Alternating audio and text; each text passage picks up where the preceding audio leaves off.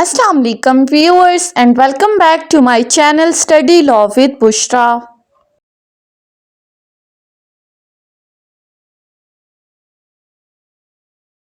So in today's video we are going to discuss the topic of Order 1 of Civil Procedure Code 1908. But before starting the discussion, I request you all to please subscribe to my channel and don't forget to press the bell icon for latest updates. Do share this video with your friends and don't forget to comment your feedback. So let's move towards the discussion. ये order 1 of CPC law gate के हवाले से बहुत ही ज़्यादा important है। ये order explain करता है पार्टीज टू द सूट को कि सूट के अंदर पार्टीज कौन कौन सी होंगी। अब अगर आपको याद हो तो जब हम सेक्शन वाले पोर्शन को डिस्कस कर रहे थे तो वहाँ पर हमने सेक्शन 26 पढ़ा था जो कि बात कर रहा था इंस्टीट्यूशन ऑफ सूट की। वहाँ पर हमने कहा था कि हर सूट जो इंस्टीट्यूट होगा वो थ्रू प्रेजेंटेशन ऑफ प्लेंट होगा। तो अब वो सूट जो आप कोर्ट के अंदर दायर कर रहे हैं उसके अंदर पार्टीज कौन कौन सी होंगी। ऑर्डर 6 में हमने क्या कहा था कि ऊपर पार्टीज का नाम होगा। अब वो पार्टीज कौन कौन सी हो सकती हैं ये ऑर्डर 1 ऑफ सीपीसी एक्सप्लेन करता है रूल 1 से रूल 13 तक। टोटल इसके 13 रूल्स हैं। हम वन बाय वन डिस्कस करते हैं। सबसे पहला रूल है who may be joint as plaintiff. कौन से ऐसे लोग हैं जो एज प्लेंटिफ उस दावे के अंदर हो सकते हैं, यानी कि किन लोगों को हम प्लेंटिफ्स बना सकते हैं। फरीके मुकदमा कौन कौन से लोग बन सकते हैं। अब फरीके मुकदमा में मुद्दई मुकदमा जिसने सूट को इनिशिएट किया है। अब वो सूट इनिशिएट कब और क्यों कर सकता है। So all the persons may be joint in one suit as plaintiff in whom any right to relief in respect of transaction or series of act or transaction is alleged to exist whether jointly or severally or in alternative or where if such person brought separate suit any common question of law and fact would arise।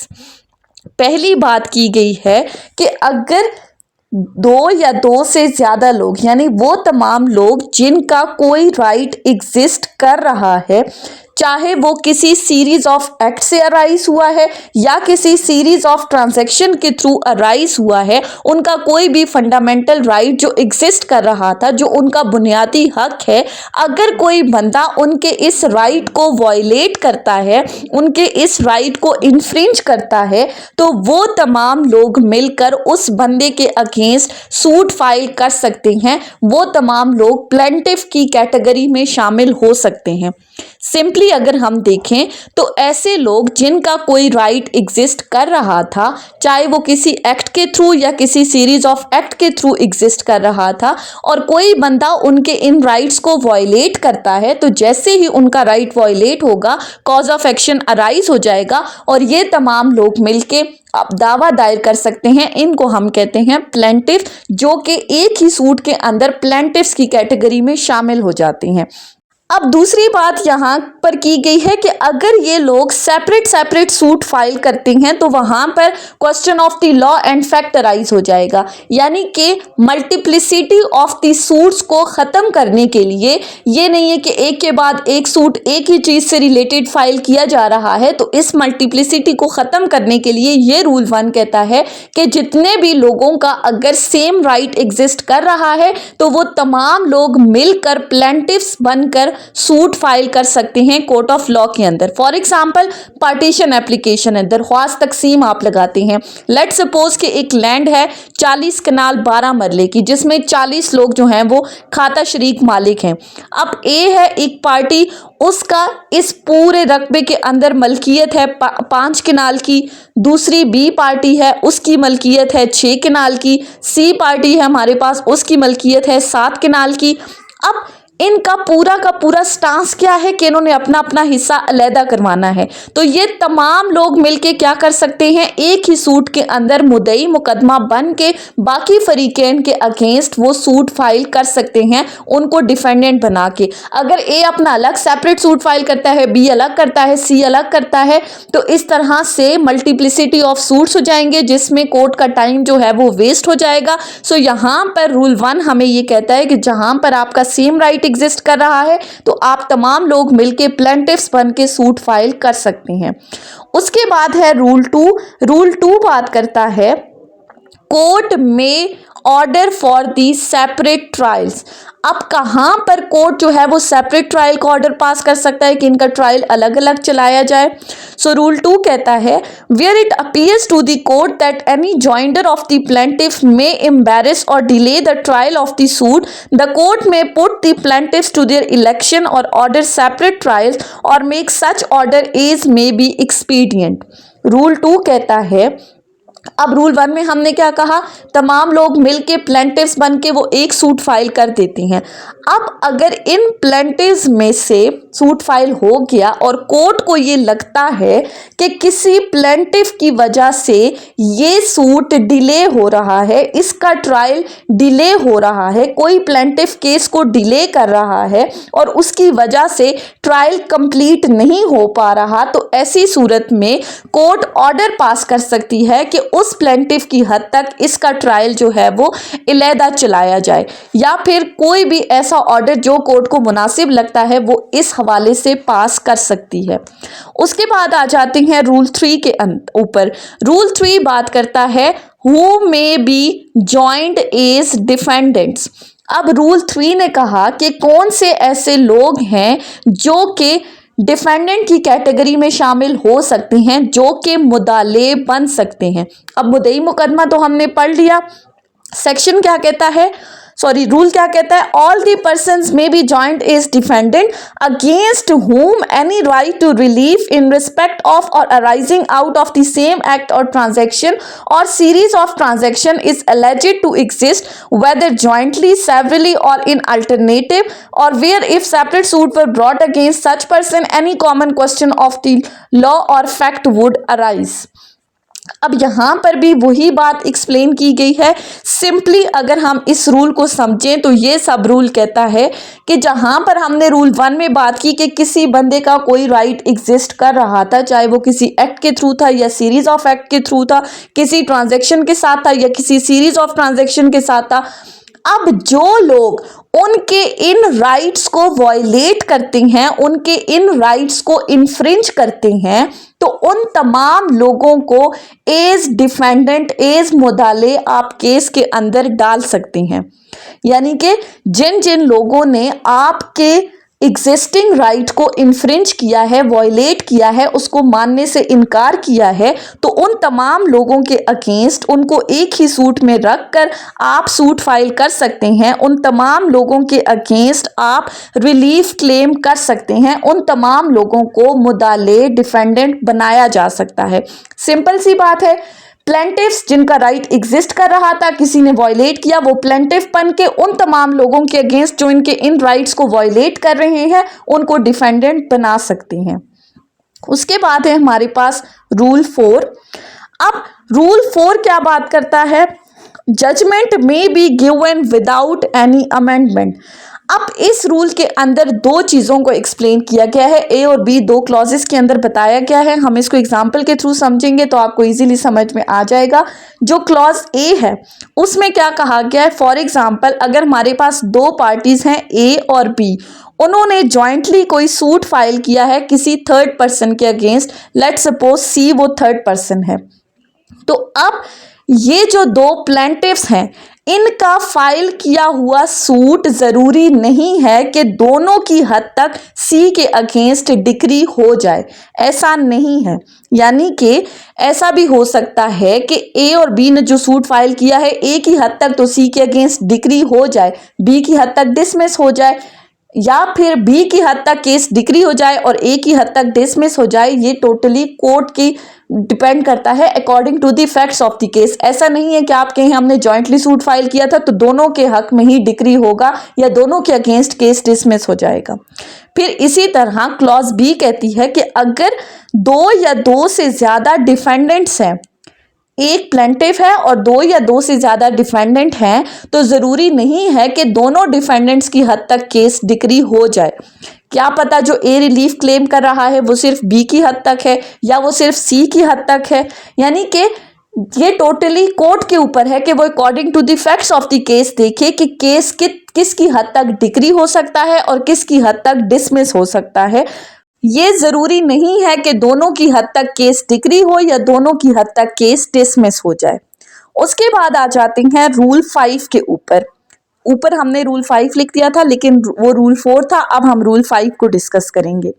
Rule 5 कहता है, it shall not be necessary that every defendant shall be interested as to all the reliefs claimed in any suit against him। ये जरूरी नहीं है कि हर वो defendant जिसके against आपने सूट फाइल किया है वो आपके क्लेम किए हुए रिलीफ में इंटरेस्टेड हो। अब इसका क्या मतलब है? फॉर एग्जाम्पल, ए एक बंदा है, उसने बी सी डी ई के अगेंस्ट कोई सूट फाइल किया है, तो जरूरी नहीं है कि ए ने जो रिलीफ क्लेम किया है वो सबके लिए है। फॉर एग्जाम्पल, कोई रिलीफ जो है वो बी की हद तक हो सकता है, कोई सी की हद तक, कोई डी की हद तक या कोई ई की हद तक हो सकता है। अब इसकी एग्जाम्पल हम किस तरह से ले लेते हैं? फॉर एग्जाम्पल, जो हमारे पास परफॉर्मर डिफेंडेंट्स होते हैं जिनको हम कहते हैं तरतीबी मुदाले। अब जिन ऐसे डिफेंडेंट्स जिनकी हद तक प्लेंटिफ कोई भी रिलीफ क्लेम नहीं करता, लेकिन फिर भी उनको डिफेंडेंट की कैटेगरी में इंक्लूड किया जाता है। अब परफॉर्मर डिफेंडेंट कौन होते हैं? जिनको हम तरतीबी मुदाले कहते हैं, जिनका और प्लेंटिफ का स्टांस जो है वो सेम होता है, लेकिन उनको डिफेंडेंट बनाया जाता है। इनकी हद तक कोई रिलीफ रिक्वायर्ड नहीं है। वो डिफेंडेंट्स ये भी कह सकते हैं कि अगर इस ए की हद तक केस डिक्री हो जाता है तो हमें कोई फर्क नहीं पड़ता। जरूरी नहीं है कि जिनको आपने डिफेंडेंट्स बनाया है उनकी हद तक आप कोई ना कोई रिलीफ क्लेम करें। ये डिपेंड करता है कि किसी की हद तक कोई रिलीफ होगा, किसी की हद तक कोई रिलीफ होगा। तमाम रिलीफ एक ही डिफेंडेंट की हद तक नहीं हो सकते। ये केस टू केस वेरी करता है। उसके बाद आ जाते हैं रूल 6 के ऊपर। रूल 6 कहता है, द प्लेंटिफ में at his option join A same suit nil or any of the persons severally liable on any one contract including exchange, hundies and promissory notes। अब इस रूल की हद तक हमें कॉन्ट्रैक्ट्स की बात की गई है कि जो पार्टीज आपस में किसी भी तरह का कोई कॉन्ट्रैक्ट करती हैं।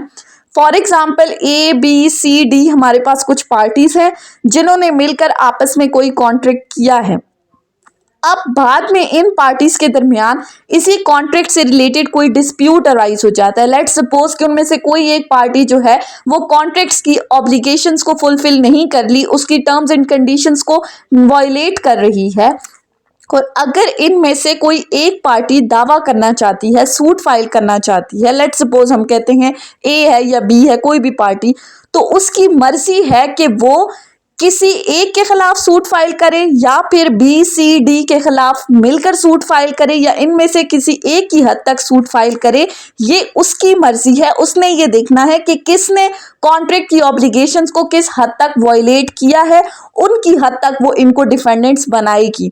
ये जरूरी नहीं है कि वो सबको डिफेंडेंट बनाए, ये टोटली उसके ऑप्शन पे डिपेंड करता है। तो जहां पर कॉन्ट्रैक्ट की बात आती है तो वहां पर पार्टी के प्लेंटिफ के ऑप्शन के ऊपर डिपेंड करता है कि वो किसको एज डिफेंडेंट या एज मोदालेस केस के अंदर लेकर आती है।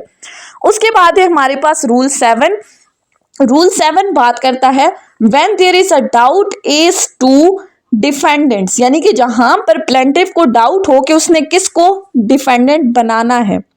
Where the plaintiff is in doubt as to the person from whom he is entitled to obtain the redress, he may join two or more defendants in order that the question as to which of defendant is liable and to what extent may be determined is between all the parties।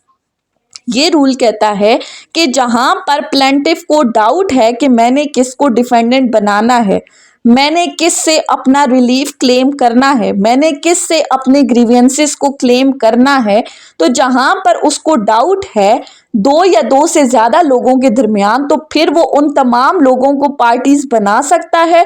Parties बनाने के बाद court ने decide करना है case के facts को देखते हुए कि किसकी हद तक प्लेंटिफ का रिलीफ ज्यादा स्ट्रांग है या किसकी हद तक प्लेंटिफ रिलीफ क्लेम कर रहा है।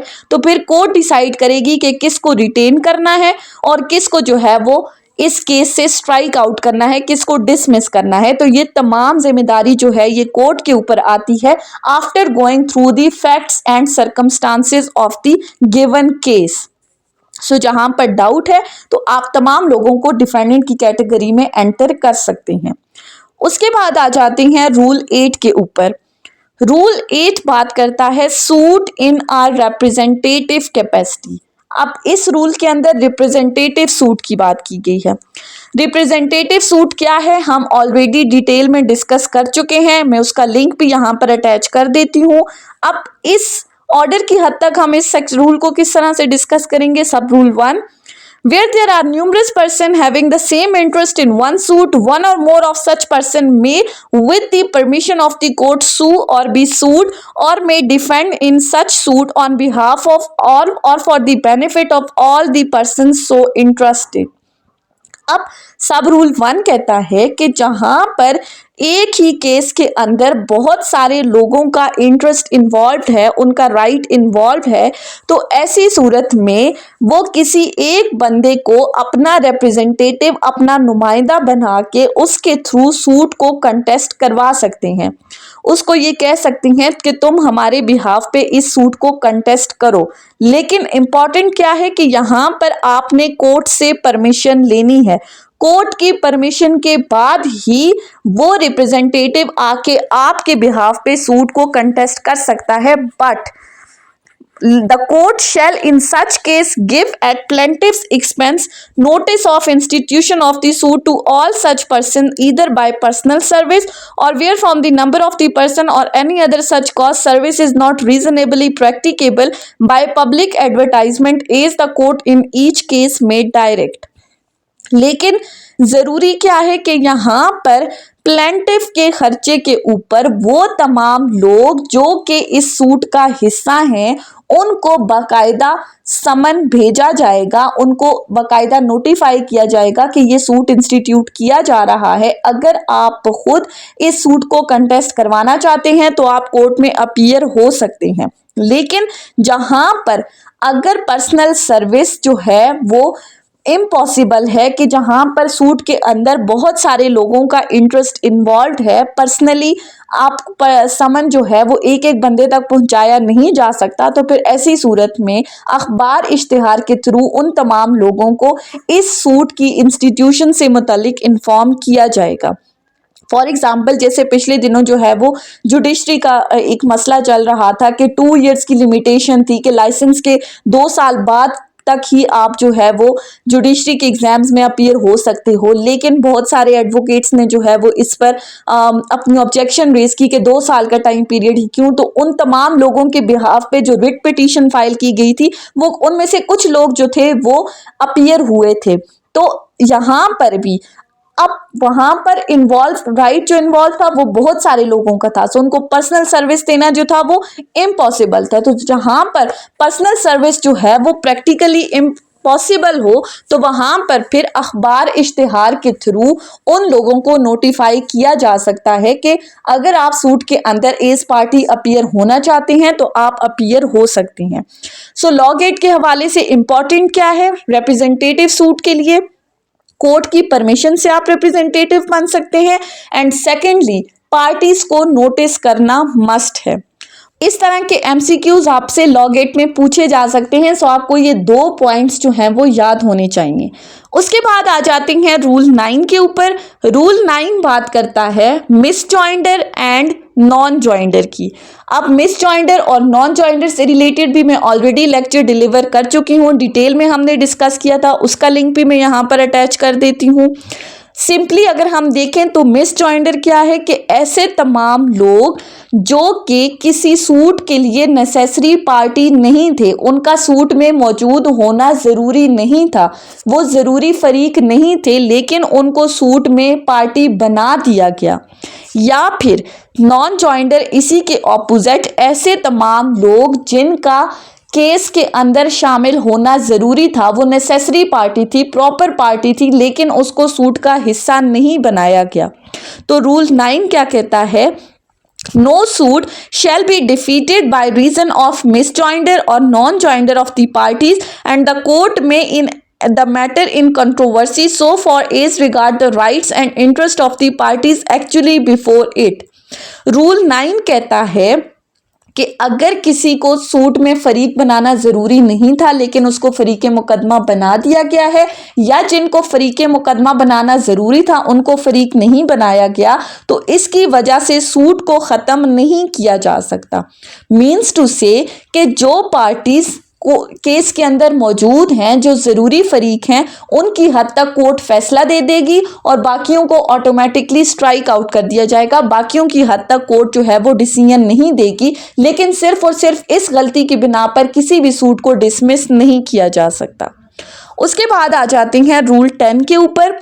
रूल 10 बहुत ही इंपॉर्टेंट है, जो कि बात करता है स्ट्राइकिंग आउट और adding out of the parties को। सब rule 1, where the suit has been instituted in the name of wrong person is plaintiff, or where it is doubtful whether it has been instituted in the name of right plaintiff, the court may at any stage of the suit, if satisfied that the suit has been instituted through a bona fide mistake and that it is necessary for the determination of real matter in dispute, so to do, order any other person to be substituted or aided as plaintiff upon such term as the court thinks fit। अब इस सब rule के अंदर कहा गया है कि अगर कोई सूट इंस्टीट्यूट हो गया है किसी ऐसे बंदे के थ्रू जो कि रॉन्ग पर्सन है, यानी कि जिसका कोई रिलीफ बनता ही नहीं है और उसने सूट इंस्टीट्यूट कर दिया है, या जहां पर कोई डाउट है कि आया जो सूट इंस्टीट्यूट हुआ है इस बंदे का कोई रिलीफ बनता भी है या नहीं, कंफ्यूजन है, यानी कि अगर किसी बंदे को ऐड कर दिया है या ऐड नहीं किया और ये एक बोनाफाइड मिस्टेक है, गुड इंटेंशन के साथ आपने किया है, आपकी बुरी नीयत नहीं थी, तो फिर ऐसी सूरत में कोर्ट ऑर्डर पास कर सकती है कि जिन फरीक का इस केस के अंदर, इस मुकदमे के अंदर होना ज़रूरी है, उन पार्टीज़ को ऐड किया जाए और बाकी जो ज़रूरी फरीक नहीं है इस मुकदमे के अंदर उनको स्ट्राइक आउट कर दिया जाए, उनका नाम डिलीट कर दिया जाए। तो आप अब इस हवाले से कोर्ट को एप्लीकेशन भी दे सकते हैं या फिर कोर्ट सू मोटो एक्शन लेते हुए भी पार्टीज को के नाम को एंटर या डिलीट कर सकती है। Sub rule 2, the court may at any stage of proceedings either upon or without the application of either party and on such term as may appear to the court to be just order that the name of any party improperly joined whether is plaintiff or defendant strike out and the name of any person who ought to have been joined whether is plaintiff or defendant or whose presence before the court may be necessary in order to enable the court unless the plaintiff thinks fit effectually and completely adjudicate the questions involved in the suit be added। वो बात जो हमने ऊपर की कि application के through भी हो सकता है या court without the application of the parties किसी प्रोसीडिंग्स की किसी भी स्टेज पर ऑर्डर कर सकती है कि जो फरीक मुकदमा ज़रूरी हैं उनका नाम एंटर किया जाए और जो फरीक मुकदमा जिनको पार्टी बना दिया गया है ऑलरेडी, इनका केस के अंदर रहना ज़रूरी नहीं है, तो इनका नाम जो है वो स्ट्राइक आउट कर दिया जाए, इनका नाम जो है वो डिलीट कर दिया जाए। वो प्लेंटिफ की कैटेगरी में एंटर किए गए हैं या डिफेंडेंट की कैटेगरी में एंटर किए गए हैं। सो जो जरूरी प्लेंटिव्स हैं उनके नाम को रिटेन किया जाए, जो जरूरी नहीं है उनको डिलीट कर दिया जाए। इसी तरह डिफेंडेंट की हद तक भी यही रूल फॉलो होगा। सब rule 3, no person shall be aided as plaintiff suing without a next friend or plaintiff under any disability without his consent।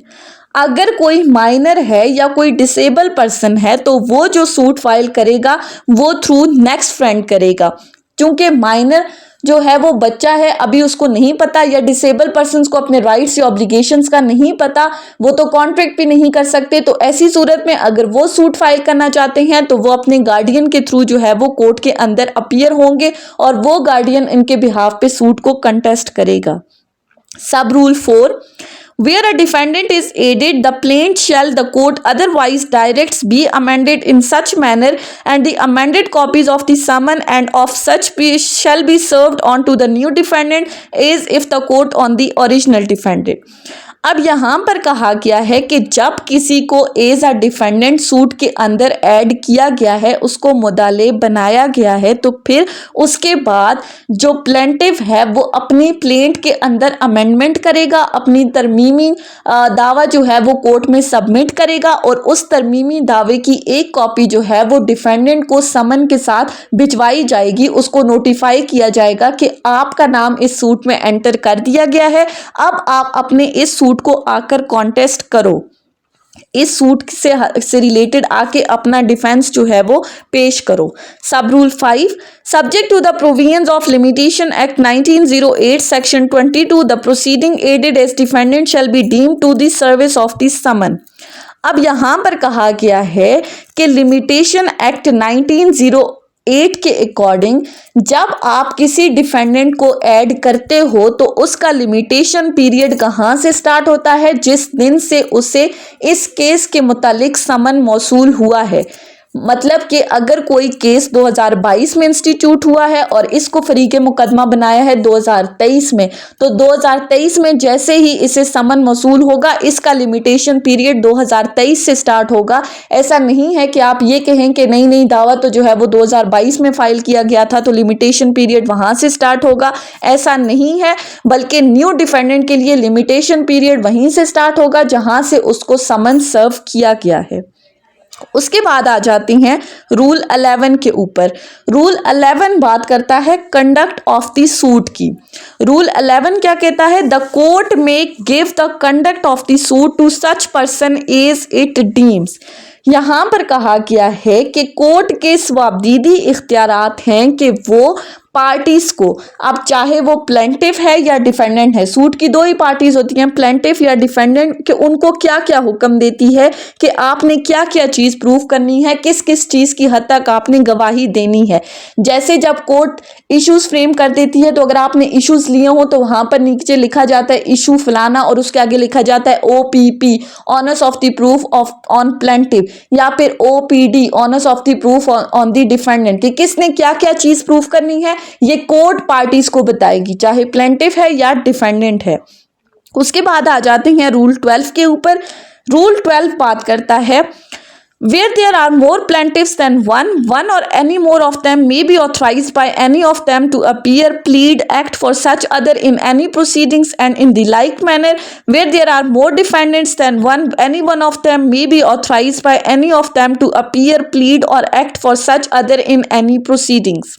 अब इस रूल के अंदर बात की गई है कि अगर कोई केस है उसमें एक से ज्यादा प्लेंटिफ्स हैं या अगर कोई केस है उसमें एक से ज्यादा डिफेंडेंट है, लेट्स सपोज हम कहते हैं एक केस है जिसके अंदर 10 प्लेंटिफ्स हैं और 12 डिफेंडेंट्स हैं, तो ये रूल कहता है कि उन 12 प्लेंटिफ्स में से तमाम लोग अपने बिहाफ पे किसी एक या दो बंदे को ऑथराइज कर सकते हैं कि वो उनके बिहाफ पे भी सूट को कॉन्टेस्ट करे। इसी तरह डिफेंडेंट्स की हद तक भी कोई एक बंदे को या एक से ज्यादा बंदे को ऑथराइज किया जा सकता है। जैसे हमारे पास डिक्लेरेशन का सूट है और कोई लेडी है जो कि पर्दा नशीन है तो वो अपने बिहाफ पे अपने किसी भी बंदे को अपॉइंट कर देती है मुख्तियारनामे के थ्रू कि आप मेरे बिहाफ पे इस केस में अपीयर हो सकते हैं, या कोई भी और बंदा है जो अपने बिहाफ पर जो किसी भी रीजन की वजह से कोर्ट नहीं आ सकता तो वो अपने बिहाफ पे किसी भी पर्सन को ऑथराइज कर सकता है कि आप इस सूट को कॉन्टेस्ट करो। अब ये एक मुख्तियारनामा होता है जिसको बाकायदा साइन करवाया जाता है और ये मुख्तियारनामा जो है वो कोर्ट के अंदर फाइल भी किया जाता है जिसको हम कहते हैं पावर ऑफ अटॉर्नी। अब यहाँ पर सब रूल 2 में यही बात की गई है कि जो अथॉरिटी होगी वो इन राइटिंग होगी, साइन बाय पार्टीज होगी, वही बात मुख्तियारनामा बनवाया जाएगा, उसमें पार्टी का सिग्नेचर होगा, जिसको मुख्तियार बनाया गया है उसका सिग्नेचर होगा और फिर ये कोर्ट में फाइल कर दिया जाएगा। उसके बाद है रूल 13। रूल 13 बात करता है objections as to misjoinder and non joinder. Rule 13 कहता है all the objections on ground of misjoinder or non joinder of the parties shall be taken at earliest possible opportunity and in all cases where the issues are settled or before such settlement unless the ground of the objection has subsequently arisen and any such objection not so taken shall be deemed to have been waived. Rule 13 कहता है कि miss joinder और non joinder से related अगर आपने कोई objection raise करनी है, यानी कि किसी को गैर ज़रूरी फरीक को फरीक मुकदमा बना दिया है या ज़रूरी फरीक को फरीक मुकदमा नहीं बनाया और आप इससे रिलेटेड कोई एतराज़ उठाना चाहते हो, तो रूल 13 कहता है कि आपने जल्द अज जल्द उस एतराज़ को उठाना है। मीन्स टू से कि फ्रेमिंग ऑफ इश्यूज से पहले पहले आपने इस चीज़ की ऑब्जेक्शन रेज करनी है कि इसको पार्टी क्यों नहीं बनाया गया या इसको पार्टी क्यों बनाया है। अगर आप फ्रेमिंग ऑफ इश्यूज से पहले पहले अपनी ऑब्जेक्शन रेज नहीं करते तो यही समझा जाएगा कि आपका जो ऑब्जेक्शन का राइट था आपने उसको वेव ऑफ कर दिया है, ख़त्म कर दिया है। लेकिन दूसरी बात की गई है कि अगर तो कोई ऐसी सिचुएशन है जहां पर ये objection as to misjoinder या नॉन जॉइंडर वो बाद में अराइज होती है, फ्रेमिंग ऑफ इश्यूज से बाद में ऐसी कोई सिचुएशन पैदा हो जाती है, तो फिर तो ओके है, आप ऑब्जेक्शन रेज कर सकते हो। लेकिन अगर तो फ्रेमिंग ऑफ इश्यूज से पहले ये ऑब्जेक्शन हो चुकी थी, आ गई थी, तो आपने रेज करनी है सेटलमेंट ऑफ इश्यूज से पहले। अगर आप नहीं करते तो यही समझा जाएगा कि आपने अपना इस राइट को ख़त्म कर दिया है, वेव ऑफ कर दिया है।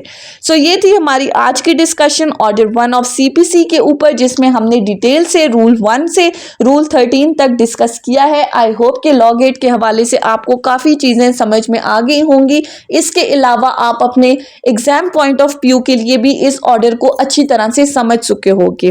सो अगर आपको ये वीडियो अच्छी लगी है तो इस वीडियो को लाइक करें, कमेंट करें और चैनल को ज़रूर सब्सक्राइब करें।